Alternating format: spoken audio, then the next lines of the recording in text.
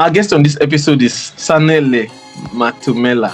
Sanele is actually a lecturer in business management and economics at the University of Pretoria in South Africa. And she is also a doctoral researcher, and she specializes in social entrepreneurship. Sanele, you're welcome. Oh, thank you so much, Christian, for having me. I look forward to the rest of this conversation. Great. You know, the world is a book, and those who don't travel only read one page. Now, coming to the intellectual space where your job is literally about curiosity, about asking questions, and about trying to provide answers. Why did you choose Finland?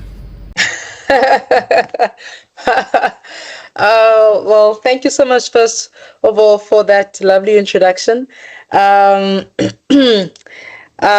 Why did I choose Finland? I mean, I think for me it's an easy one.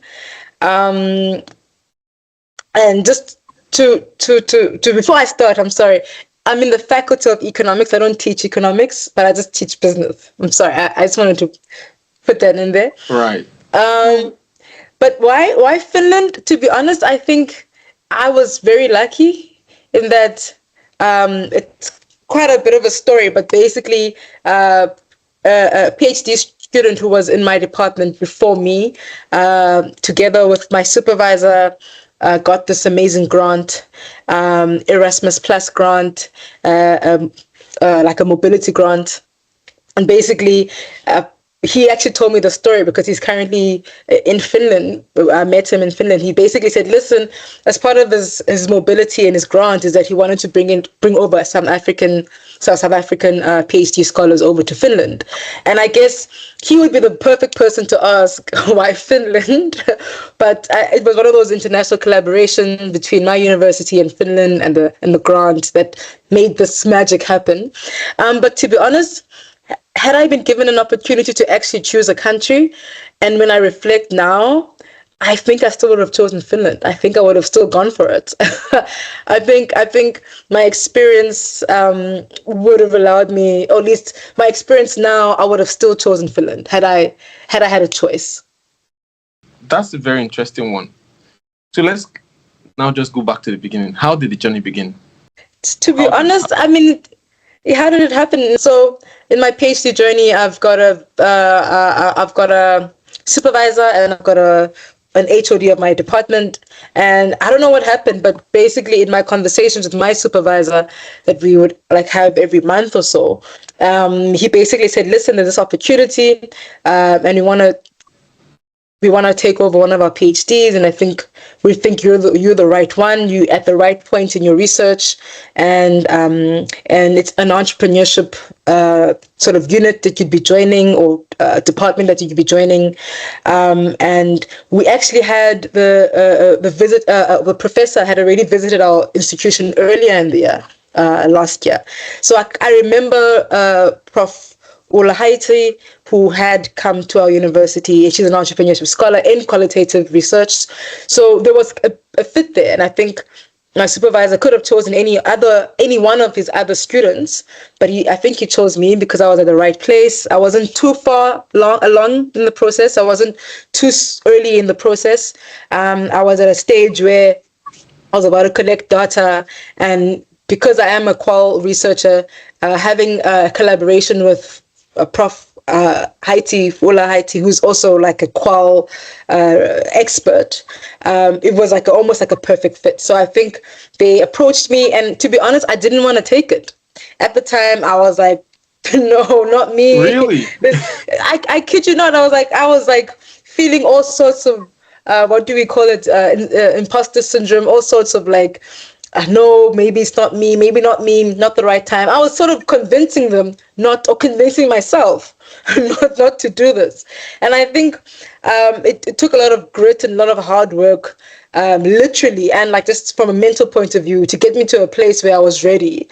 Because I think this opportunity was presented to me, I was like, I haven't done this, I haven't done that, I haven't done this, I haven't done that. I was listing all the things to eliminate myself from and I was like, no ways, maybe someone else who's further along would be the right fit. But I'm glad it came at the right time because it forced me, quote unquote, but it sort of pushed me, it motivated me to reach my milestones. Not to say it was the milestones themselves were perfect, but I was able to say, I've done this chapter, I've worked on this. It was a good motivator for me to, as a PhD student, get better at some things or improve some aspects of my thesis that so that I could be, even me, from a personal, emotional, mental point of view, that, Lord, I'm ready for this. Like, I am the right person for this. And it was a journey.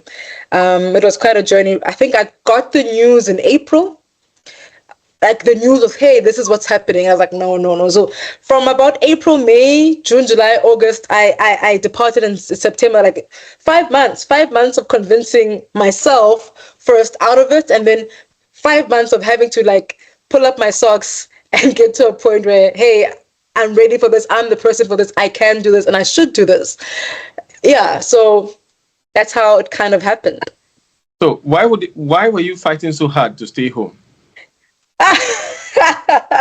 Like I said, it's that thing of that feeling, that imposter syndrome, like, oh no, surely there's other scholars in my department or other people who could do better, who could do this opportunity justice. I think I was convincing myself no, because I thought, this journey, I had to be at a perfect place in my journey.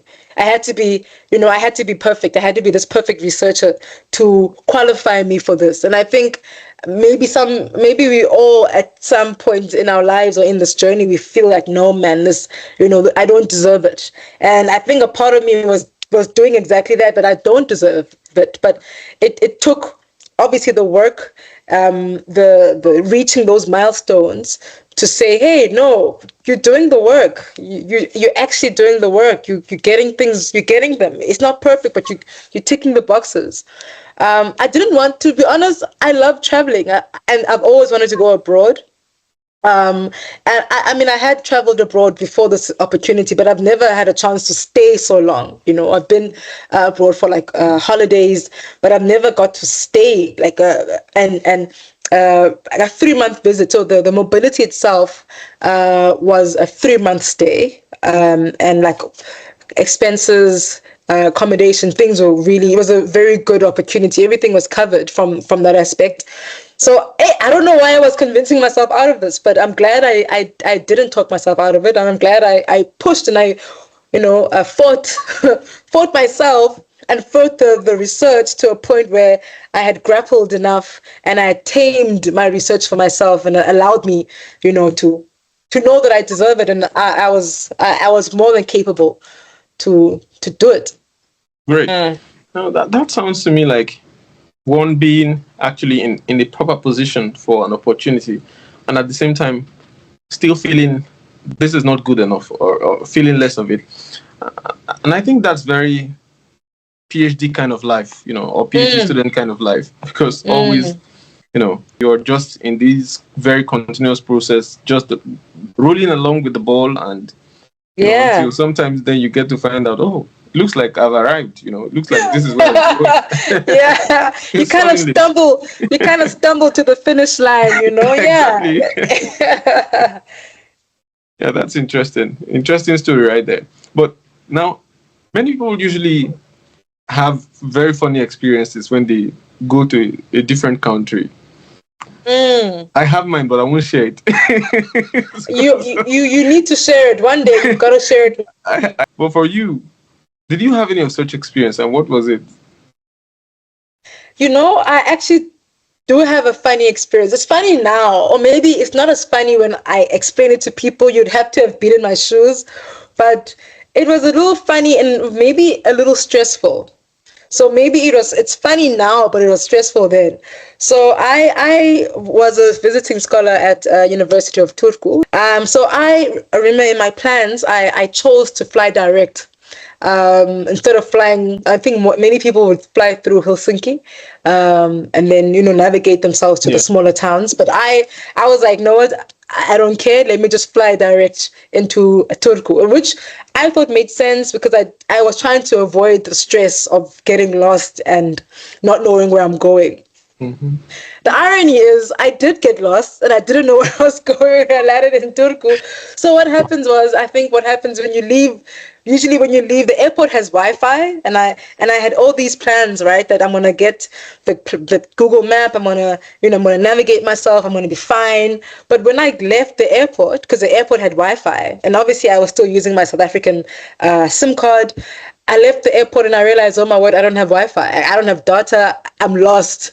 So I had to do this whole thing. And by the way, I'm carrying these two huge luggage bags. And by the way, I didn't arrive at Turku at the beginning of semester. I arrived like a few weeks in. So I think many people have already settled. So I'm this awkward person lagging around these big suitcases, looking obviously very lost, and just asking for directions and not having Wi-Fi and having to talk to this person and this person, this bus driver. It was quite a stressful quite a stressful journey from the airport to my residence accommodation. But I think I met other scholars, other students. I met some Finnish people who were helpful, foreign students who were helpful. I actually met a Nigerian guy who actually was the final support system, final. Yeah, Nigerians will take you home. Yeah, no, he literally, no, I kid you not. Literally, he was like, because I got to the student accommodation, TYS, and he was like, because I think he could just tell that I'm lost and I'm confused and I'm stressed and I'm sweating and I'm just not okay. And he just jumped into used that African friendliness, that Nigerian friendliness, and he just jumped in and he's like, "Hey, let me help you." And yeah, so that was stressful, but it obviously ended very happily because I got to my place safely and in one piece. But it was awkward, stressful, just getting lost in a city I thought I could navigate, but hey, we still need our Google Maps and our, all our data and our Wi-Fi. And yeah, you take it for granted, but actually it's very important. Even in a first world country, like it's not like easily available. You've got to get like the infrastructure, the SIM card, get the data package, get, all those things. It's kind of funny now when I think about it. This experience is never funny when it's happening. I think two things I picked from your story. One, it's actually always very stressful. I've been there, like I said, and it wasn't funny. Now it's funny, but then it was not. Now, secondly, it also shows us how dependent we've become on these devices. Let's go to something else. What was your first impression of Finland? Culturally, okay. The obvious one, because I obviously got off the airplane and I flew from Sweden. We flew from Sweden into Turku, and I didn't think much of it when I was on the plane. But when I got off the plane, it was a small airport, so there wasn't even much happening in that airport. But I got onto the bus, and like I shared the experience already, onto the bus, and I'm looking around, and I'm like, I'm the only black woman on this bus. Of course, there were other women, and I was the only black person on the bus. And it's not very common in South Africa where you literally the only black person in the room, but I was, and that was, and because I think I was feeling rather agitated and a little stressed and a little anxious, I really felt it. Had I been more relaxed, had I been with friends, I maybe wouldn't have even noticed. But I think because I was in a very unfamiliar setting, I was uncertain, and I was obviously the only black woman on the bus, and I had to ask for help.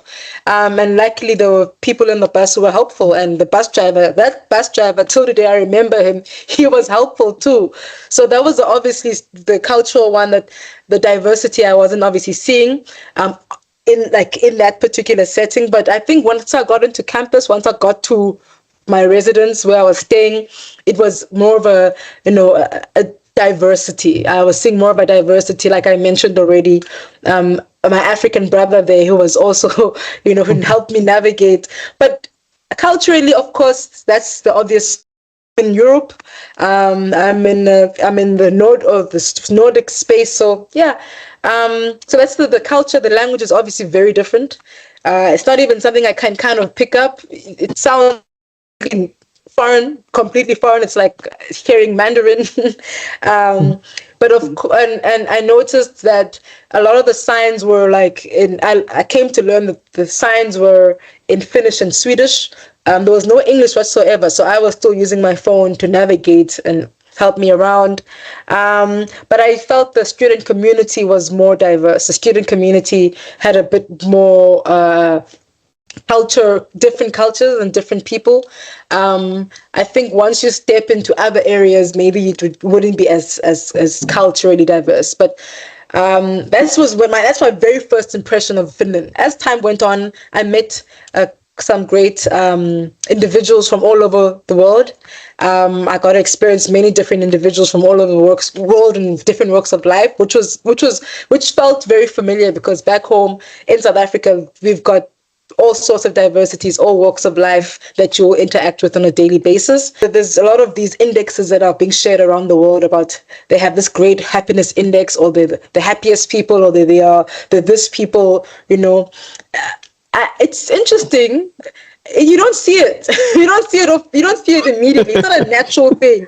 So it's like, where's the happiness that they're talking about? But maybe some happiness is like innate, right? They're just happy, content human beings. But because of our context, I'm sure you may even know from in Nigeria, like when you're happy, you're very expressive, you're talkative, you're loud, you laugh. That's what you do. And I found that Finnish people don't do that. They don't. Like they're very like, keep to themselves, often not even smiling on their faces. It's very like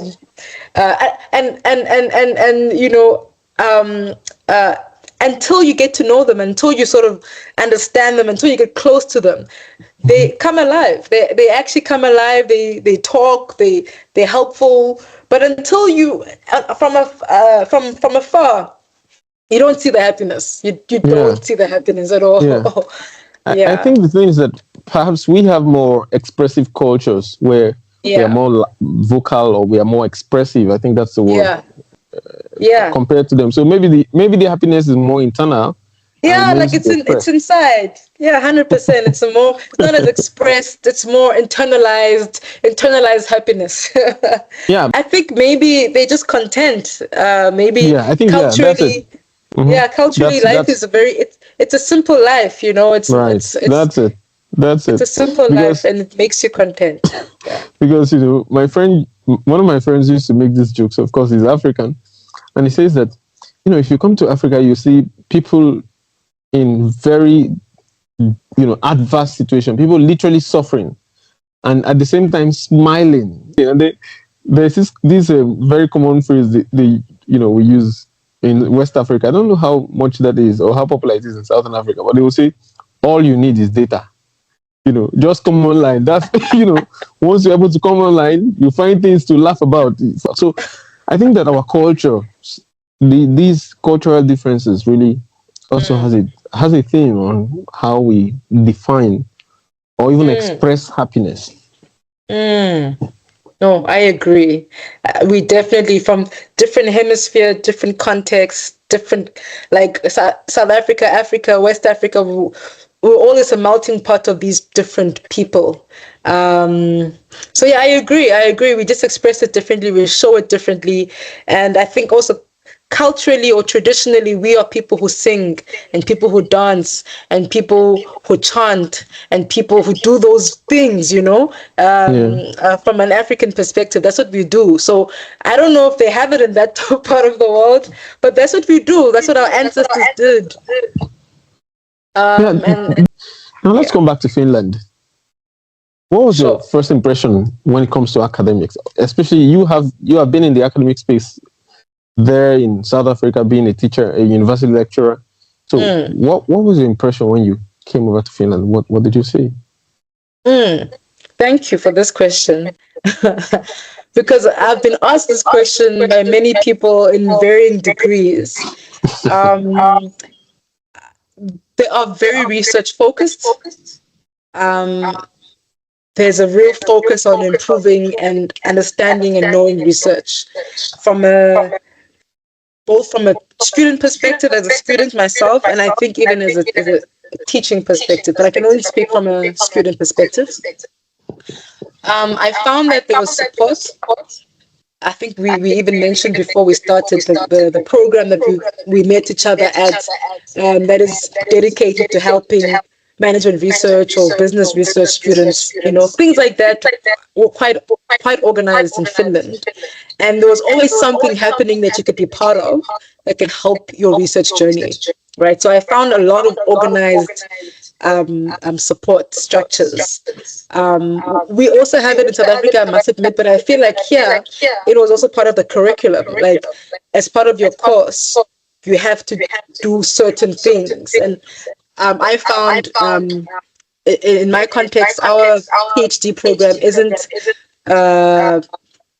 like a coursework and a research. It's a full research thesis course. That's how a lot of them in my context are anyway.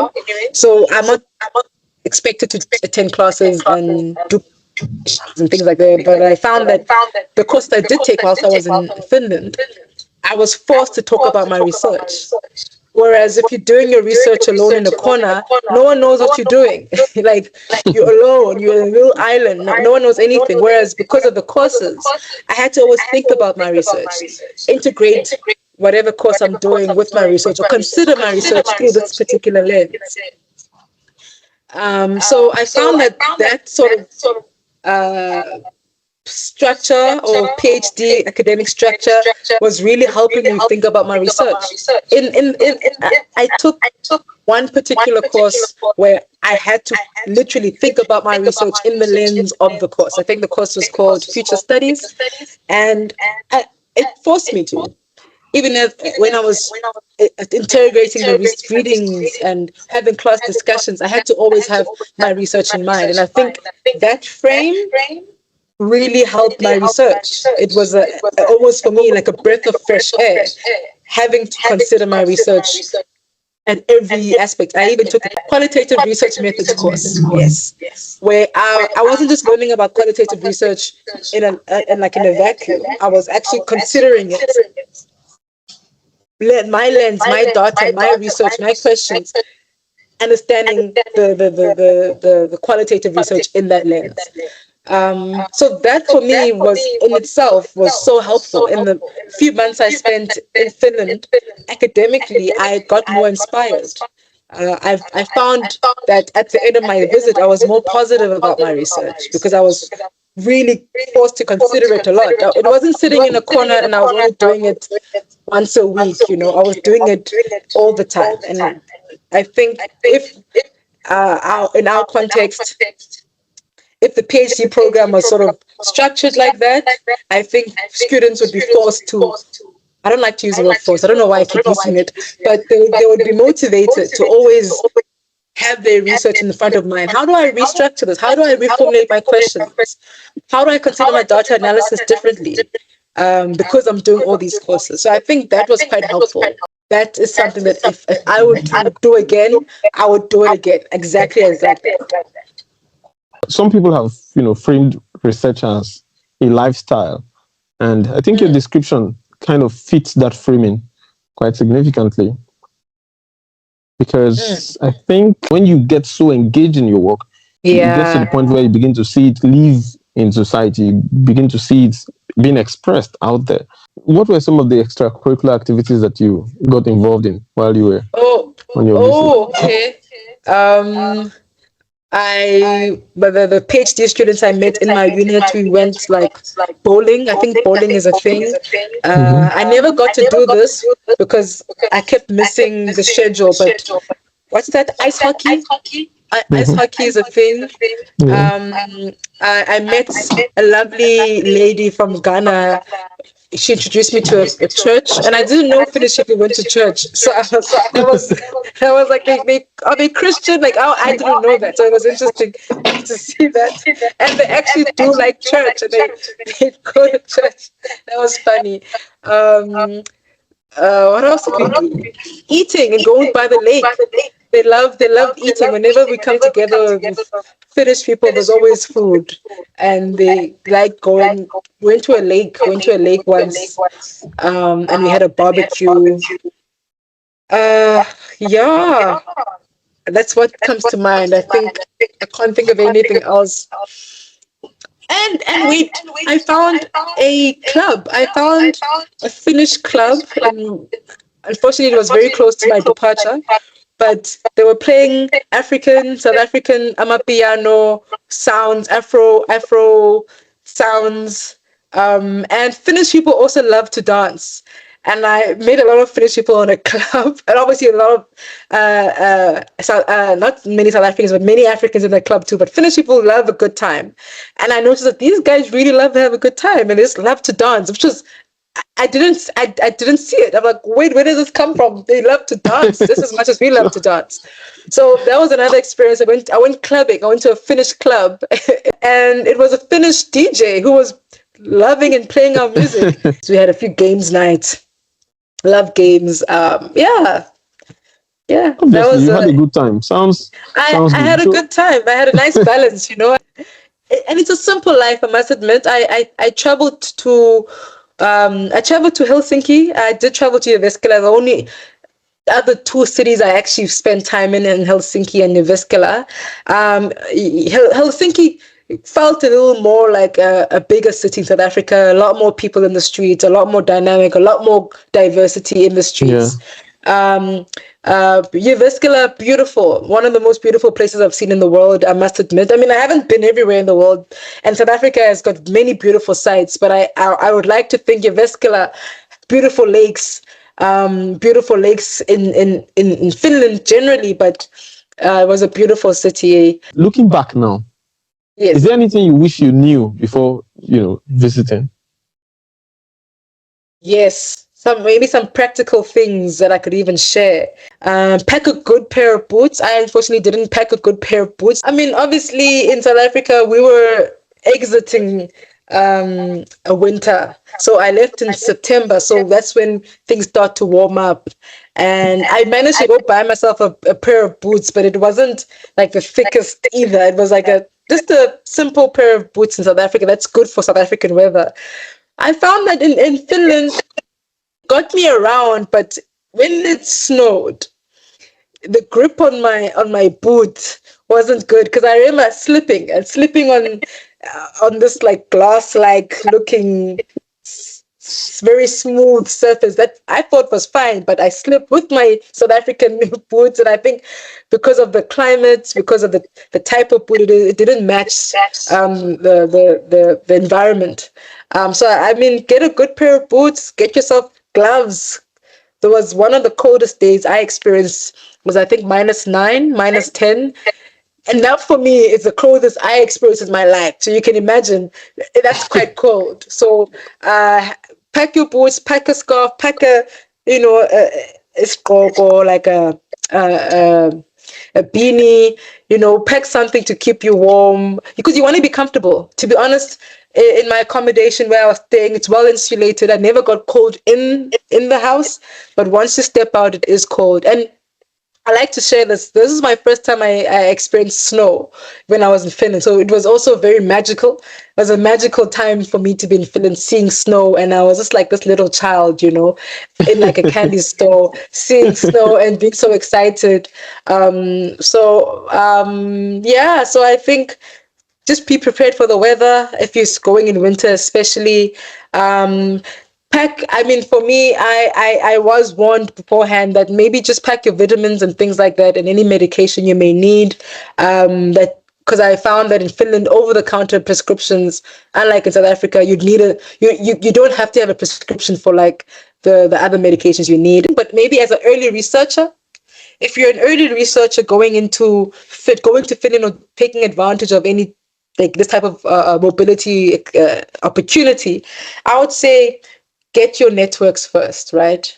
as an early career researcher, in general, you've got to have good networks, be part of the right organizations, know your field, find the people in your field or find the people in your methodology and plug yourself into those groups and those with those scholars, because they're the ones who could either direct you to other support, other opportunities, other similar grants or research opportunities.